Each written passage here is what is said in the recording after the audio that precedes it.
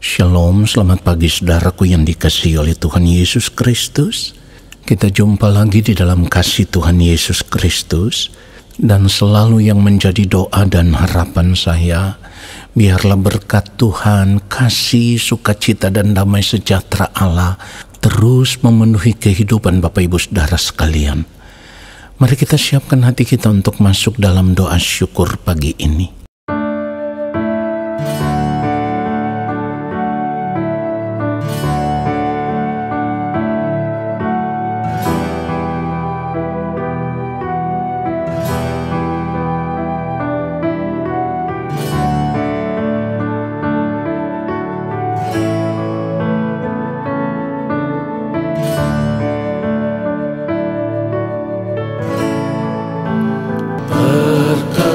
Perkenankan hamba-Mu, ya Bapa, masuk dalam hadirat-Mu yang kudus. Perkenankan hamba-Mu, ya Yesus, sujud menyembah dalam kekudusan.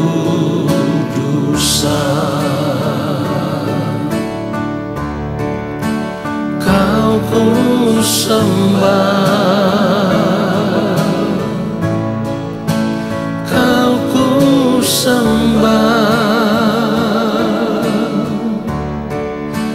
bersama para malaikat ku sujud menyembah. Kau ku sembah, Kau ku sembah, bersama para malaikat ku sujud menyembah. Kau ku sembah, Kau ku sembah, bersama para malaikat ku sujud menyembah. Kau ku sembah, Kau ku sembah, bersama para malaikat ku sujud menyembah. Bersama para malaikat ku sujud menyembah. Sujud menyembah.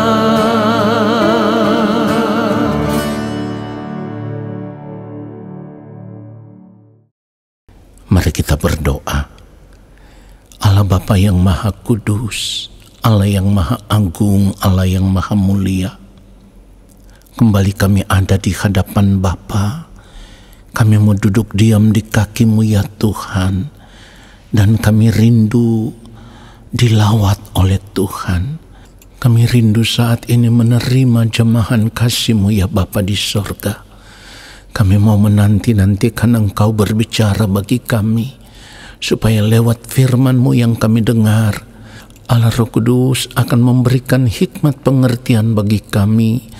Lalu kami mau berjuang untuk hidup seturut dengan firman-Mu, hidup hanya untuk melakukan kehendak-Mu di sepanjang hari hidup kami. Ya Bapa di sorga, urapilah hamba-Mu, supaya kebenaran firman yang hamba sampaikan sesuai dengan apa yang Bapa kehendaki, dan firman-Mu itulah yang memberkati setiap kami. Di dalam nama Tuhan Yesus Kristus kami berdoa, dan kami sambut firman Tuhan saat ini. Amin. Saudaraku yang dikasihi oleh Tuhan Yesus Kristus, saya rindu saudara sungguh-sungguh mengarahkan fokus tertuju kepada setiap kebenaran firman Tuhan yang akan kita dengar, supaya lewat firman ini kita tahu ada teguran Tuhan, ada nasihat Tuhan kepada diri kita masing-masing, saudaraku. Nah, saudaraku yang dikasihi oleh Tuhan Yesus Kristus, tanpa kita sadari, seringkali kita menunda untuk sungguh-sungguh bertobat dan hidup benar di hadapan Tuhan. Dan ini adalah sebuah kesalahan fatal yang kita buat selama ini, namun kita tidak pernah memikirkan bahwa menunda berarti itu akan memiliki dampak kepada kehidupan kita di kekekalan nanti. Saudaraku, seharusnya kita mulai menyadari bahwa jika hari ini kita masih bernapas, atau jika hari ini kita masih hidup, itu artinya Tuhan masih memberi kesempatan kepada kita supaya kita bertobat. Bertobat dari cara hidup kita yang salah selama ini. Lalu kita mulai hidup dengan cara hidup yang baru, yaitu hidup hanya untuk melakukan kehendak Allah Bapa di sorga. Kita harus benar-benar sadar bahwa perjalanan kehidupan orang percaya itu harus seperti yang Allah Bapa di sorga kehendaki. Dan contoh hidupnya telah diperagakan oleh yang mulia Tuhan Yesus Kristus selama Tuhan Yesus masih hidup di dunia ini. Nah, saudaraku, itulah kenapa Tuhan Yesus katakan di dalam Yohanes 4 ayat 34, kata Yesus kepada mereka, "Makananku ialah melakukan kehendak Dia yang mengutus aku dan menyelesaikan pekerjaannya." Nah, saudara, ini artinya tidak ada kehidupan yang lebih berharga, tidak ada kehidupan yang lebih bernilai, tidak ada kehidupan yang lebih menyenangkan selama kita masih hidup di dunia ini, selain hidup hanya untuk melakukan kehendak Allah Bapa di sorga. Ini harus menjadi kesenangan hidup kita, saudaraku. Saudara, selama ini seringkali kita menjadi orang yang masa bodoh. Kita tidak pernah mau melihat bahwa kalau kita masih hidup hari ini, itu berarti Tuhan mau supaya kita bertobat. Tuhan mau supaya kita berubah.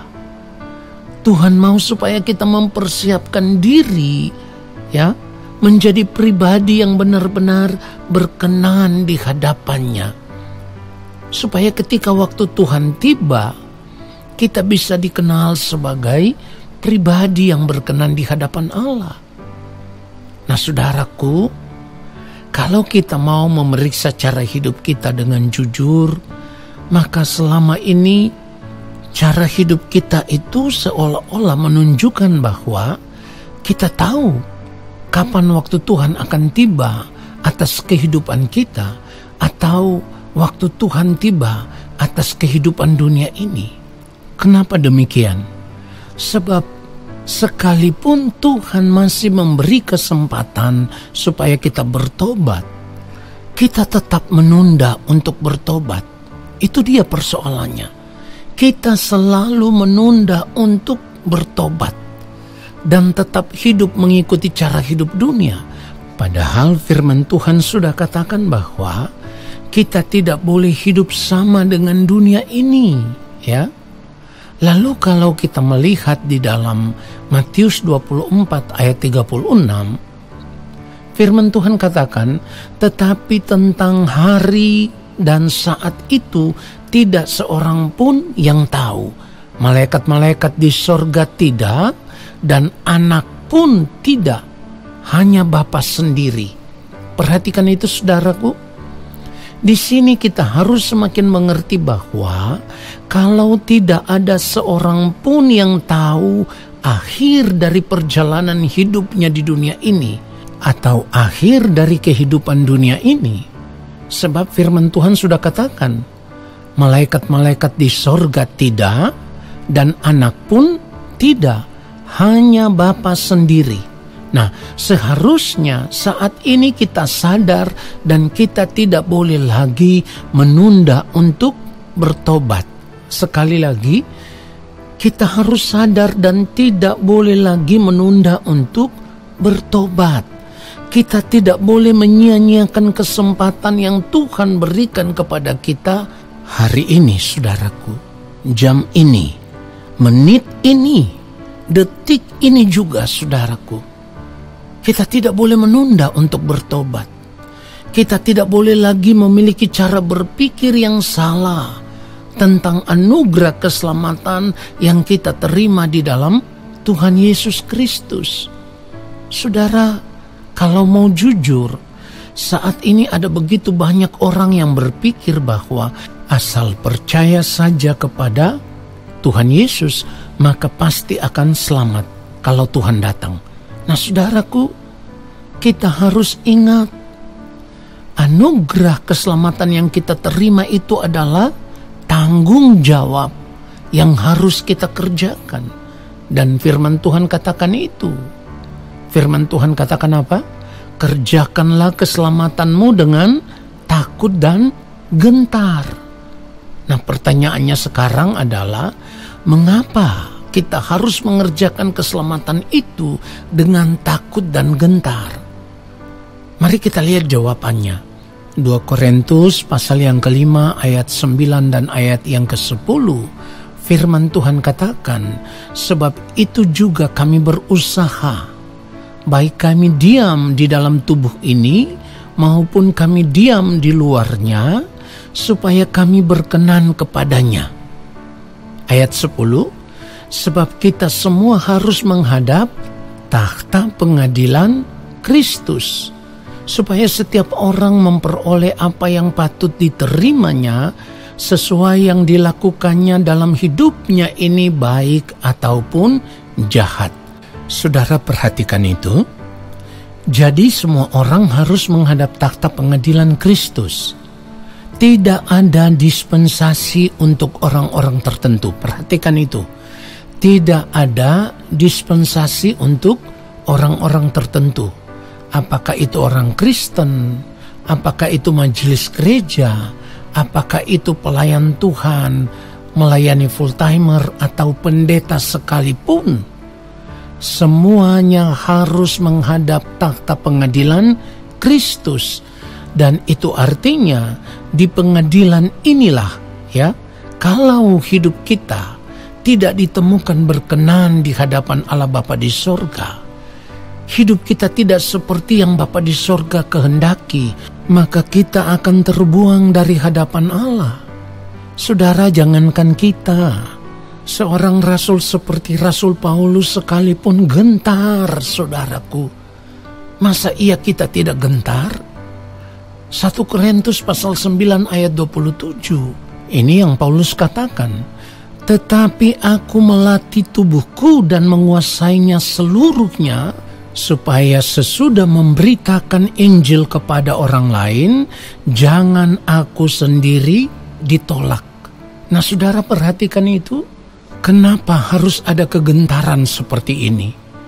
Sebab kalau kita melihat di dalam 1 Petrus 1 ayat 17, firman Tuhan katakan, dan jika kamu menyebutnya Bapa, yaitu Dia yang tanpa memandang muka menghakimi semua orang menurut perbuatannya, maka hendaklah kamu hidup dalam ketakutan selama kamu menumpang di dunia ini.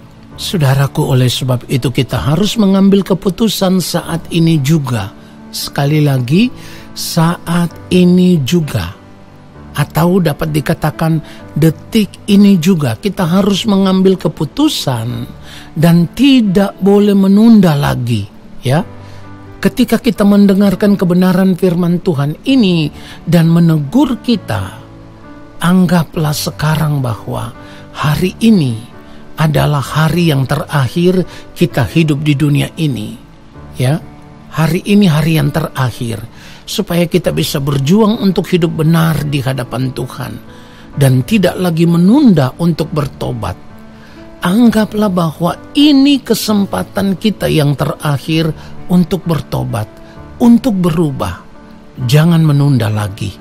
Sebab jika kita menunda hari ini untuk bertobat dan tidak ada lagi kesempatan untuk bertobat, maka dapat dipastikan kita akan binasa di kekekalan. Mari kita semua renungkan kebenaran firman Tuhan ini. Amin. Mari kita berdoa. Bapa yang Maha Kudus, terima kasih untuk kebenaran firman-Mu ya Allah, yang mengingatkan kami semua, yang menasihati kami semua, bahkan yang menegur kami semua dengan begitu keras, supaya kami tidak menunda untuk bertobat. Dan saat ini Bapa melihat sampai di kedalaman hati kami yang paling dalam, pribadi lepas pribadi, dimanapun saat ini kami berada.